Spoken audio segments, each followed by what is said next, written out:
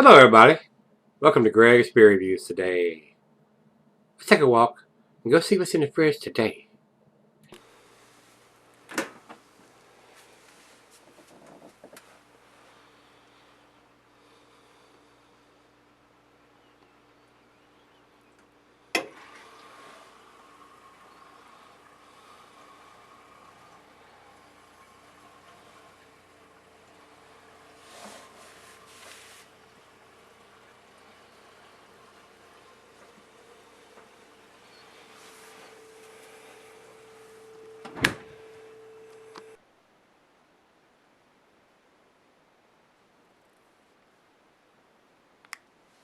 Hey guys, thanks for stopping by Gregsbeerreviews today. Today's beer comes from Boulevard Brewing. This is part of their Smokestack series. This is Dark Truth Stout. This beer comes in at 9.7% ABV. And even though it's a big beer, those guys do a great job on dating their bottles. It's written in white right here on the side of the bottle. You can't miss it. It says Best by 5/16/2015. I mean, this beer is going to keep for a long time being that big of a beer, and it's in white right here. They don't take it for granted that it's a big beer and you don't need to know that information. These guys got it going on. Thumbs up for them on that. Whether I like it or don't like it, they got the information right there. The Best By date on it. We got the ABV right here on it. And it's got a little bit of history on here. Roasted English malts provide a deep, rich texture. Belgian yeast bestows plum-like fruitiness, and German hops add spicy aromas as Dark Truth Stout mellows to a smooth, dry, smoky finish. The commercial description, it says here, throughout the ages man has been fascinated by the quest for hidden knowledge, the search for the secret to transforming the elemental into the extraordinary, the simple into the sublime. Ladies and gentlemen, we present for your consideration this exotic inky concoction, the almost magical creation of our modern-day alchemists who have turned humble grains, barley, wheat, rye, and oats into black liquid gold. Layers of complex flavors slowly emerge from the glass. Espresso, roasted fig, creme brulee, Belgian yeast provide a plum-like fruitiness. Noble German hops reveal spicy herbal notes, while the rich, velvety mouthfeel mellows to a dry, smoky finish. Sounds awesome there. I hope it lives up to what they're saying it is. So, with that being said, let's go over and see what the glassware and the food pairings are for this beer. Food pairings for this beer: the cheeses are the buttery Brie, Gouda, Havarti, Swiss, and since it is a stout, and I always say this, or a porter, it goes well with your chocolate dishes. You can have this after dinner with your dessert. And the meat for this is beef, smoked meat, game, and grilled meat. The glassware, the pint glass, the Becker, the Nonic tumbler, the snifter, the oversized wine glass. Got my favorite glass for those beers, which is the double glass here, guys. And this beer can be solid for extended periods. I mean, 9.7, this beer is going to, like I said, they got on the bottle 2015. It's going to keep much longer than if you cellar it correctly. This beer will keep 20 years if you cellar it correctly. So, with that being said, I don't think there's anything else other than I'm going to tell you it's a year-round distribution on this beer. So they make this stuff all year long. I don't know how often during the year they make it, but they do make it several times a year. And it is an Imperial Stout, being a 9.7% ABV. And I would love to get a lot of these beers on tap, but I don't drink a lot of beers on tap because I don't go out and drink that much anymore. I do most of my drinking here at the house. The cops frown very heavily on drinking and driving around here. So unless you got somebody that's going to drive your happy ass around, you best do your drinking at the house. So that's what I do. So, because my wife likes to drink as much as I do here. So if I go out and drink, she's going to drink too. So there's nobody who's going to take us home. So we do all of our drinking here, and I end up sharing a lot of these beers with her, and that's the way it is. That's the day and age we live in. So with that being said, I don't think there's anything else we need to talk about. So let's stop talking and start drinking. Let me get the opener out here.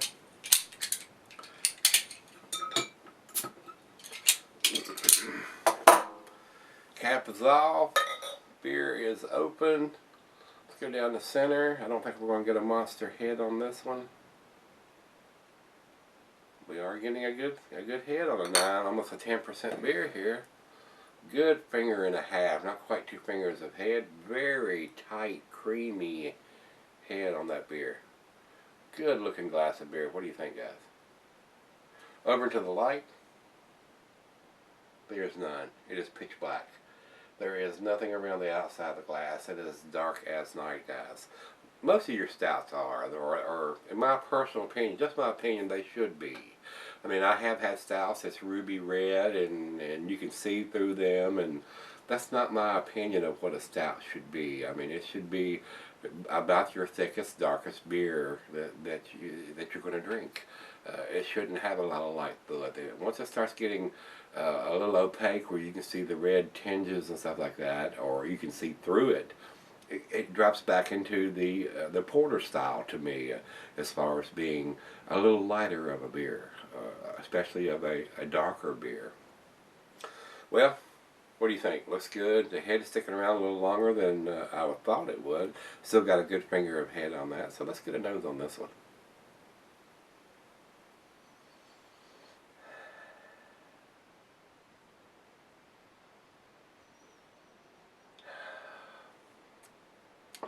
A little bit of chocolate, not as much as the one we had yesterday.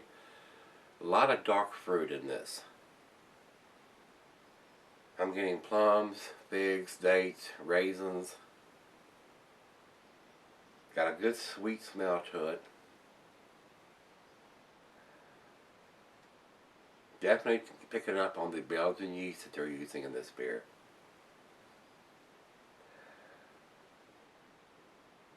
Definitely got the Belgian quality there. I'm going to go as far as to say it's grapefruity or anything like that, or banana-y, but it is definitely Belgian influence with the yeast.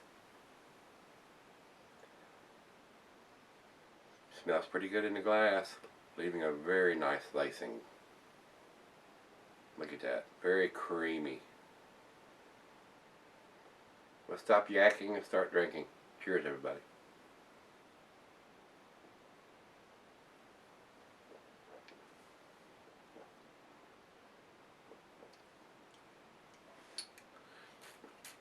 A lot of Belgian influence on this.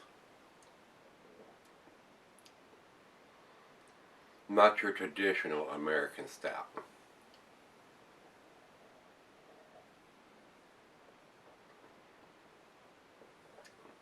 Doesn't have a lot of bitterness to it at all.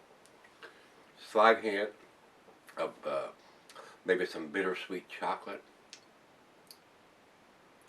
Definitely got the dark fruit in there. Dates, raisin, plums, figs. Maybe just a little bit of cherries in there. The Belgian yeast is definitely present and predominant. Got that Belgian twang to it to me. I don't know what the IBUs are on this. Let me see if I can bring that up.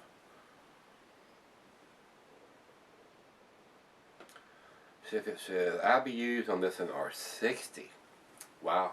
It does not taste that bitter to me. I would have not guessed it was that high.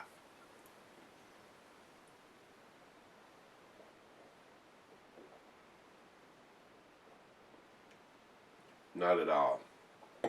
I personally thought that the American brewing beer that was only 30 had a slight more bitterness to it than this. That tells me this is a very well made beer. They have enough sweet malt to counteract that bitterness. Even though it comes in at 60, it tastes like it's 40 IBUs to me. Or maybe even less. Like I said, the one we did yesterday was 30, and it tasted like it was more like a 50. And this doesn't taste as bitter as that. So, very well made beer. Very well made beer. It's right out of the fridge, 40 degrees, you know the deal and the drill. I'm going to let it warm up. Share it a little bit with her. Look at the lacing on the glass. I like having a couple of these beers in a row that are awesome beers.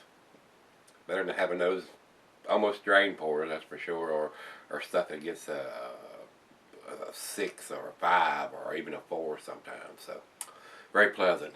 And it's right chilly out there too. It's been in the 30s, so nice beer to have when it's nice and cold outside. Time to fire up the gas logs and maybe even a cigar. What do you think? Stick around, I'll be right back when we do the final chug on this one. Alright guys, I'm back. Got just a little left here. I've been sipping on it about an hour. 45 minutes anyway. Very tasty beer. Roasted malt, a little bit of coffee, chocolate, molasses, dark fruit. Awesome. Awesome beer. And this is a beer you can buy and keep in your fridge 5 years, 10 years. They've got 2015 dating on the bottle, and it's going to keep much longer than that. There is no alcohol, so I don't know why you'd want to keep it longer than that, just unless you just wanted to. So, very tasty. Let's do the final chug on this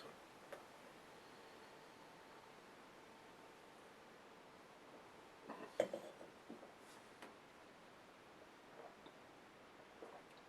Very easy drinking beer for almost a 10%er. Still not getting any of the alcohol. Well, a very well made beer, guys. I'm gonna give this a 9 out of 10, guys. It's awesome. It's very tasty. I don't know what I would do to make it any better other than putting in a bourbon barrel or something like that. It would. Oh wow, that's a very tasty beer, guys. I had to go to a specialty beer shop to get this. The local Kroger stores where I buy the Boulevard beers don't carry this beer, so the distribution is kind of funky in Virginia. Who carries what and who gets what, so I don't know how that works.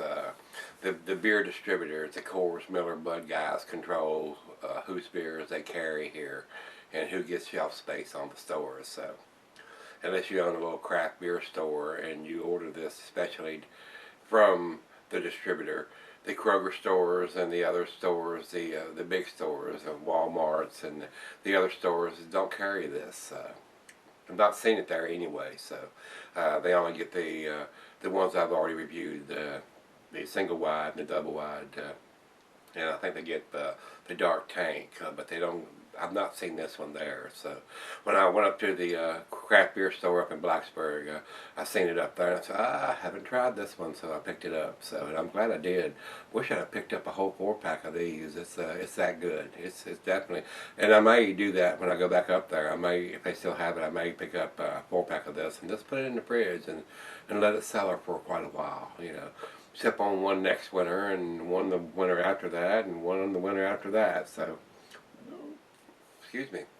Very good beer. Very tasty beer. 9 out of 10 from me, guys. Very tasty. Let's go see what the other guys got to say. We'll go over to Beer Advocate, and Beer Advocate says 89, which is in the very good range. I agree it's a very good beer, but I think it's better than the 89. Very tasty. A Belgian influence on an Imperial Stout. So, very nice change up from the American Brewers version of an Imperial Stout. It's very tasty. I like that Belgian influence. It's a nice change up for me. So very tasty, guys. Let's go over to Rate Beer, and Rate Beer says, "Woo yeah, 98 overall, but 79 in the style." So I agree with the 98. I disagree heavily on the 79. I don't know. I mean, a lot of the beer reviewers, unless it's just blowing your hair off and your socks off and everything else, they think, oh, it's not that good, and it is that good. It is tasty beer.